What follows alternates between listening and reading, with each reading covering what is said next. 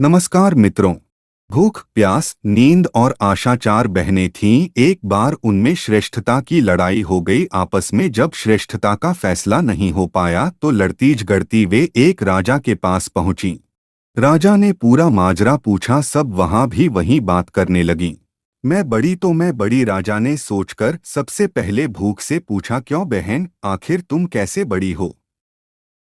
भूख बोली, मैं इसलिए बड़ी हूँ क्योंकि मेरे कारण ही घर में चूल्हे जलते हैं, पांचों पकवान बनते हैं और वे जब मुझे थाल सजा कर देते हैं तब मैं खाती हूँ, नहीं तो खाऊं ही नहीं।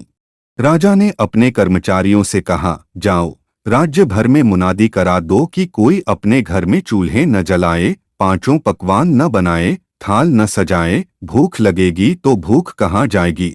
सारा दिन बीता, आधी रात बीती। भूख को भूख लगी। उसने चारों तरफ खोजा लेकिन भूख को खाने को कहीं कुछ नहीं मिला। लाचार होकर वह एक घर में पड़े बासी रोटी के टुकड़े खाने लगी।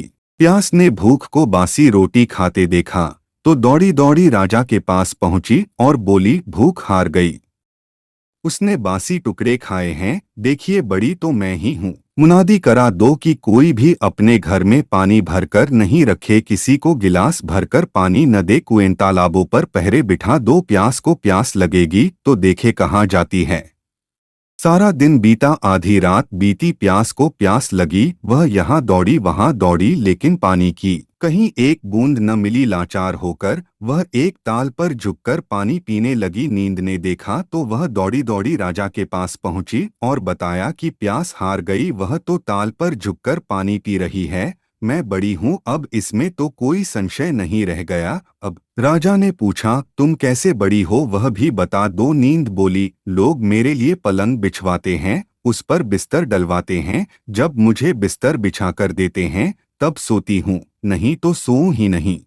राजा ने सेवकों से कहा, राज्य में यह मुनादी करा दो कोई पलंग न बनवाए, उस पर गद्दे न डलवाए और बिस्तर बिछा कर भी न रखे। देखे नींद को नींद आएगी तो वह जाती कहाँ है।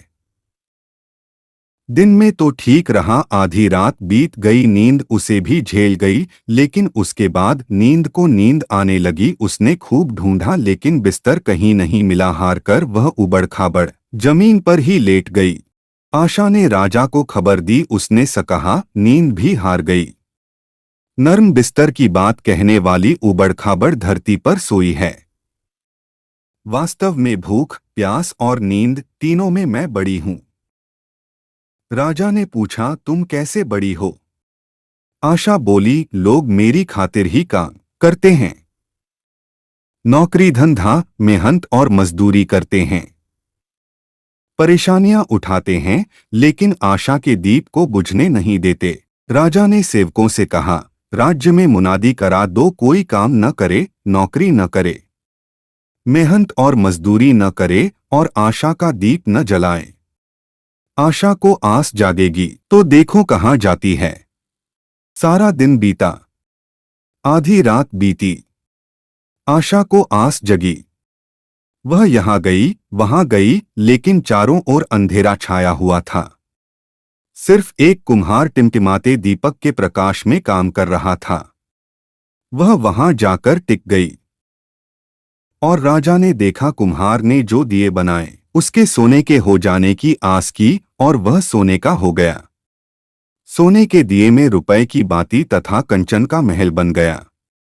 जैसे उसकी आशाएं पूरी हुई वैसे सबकी हों।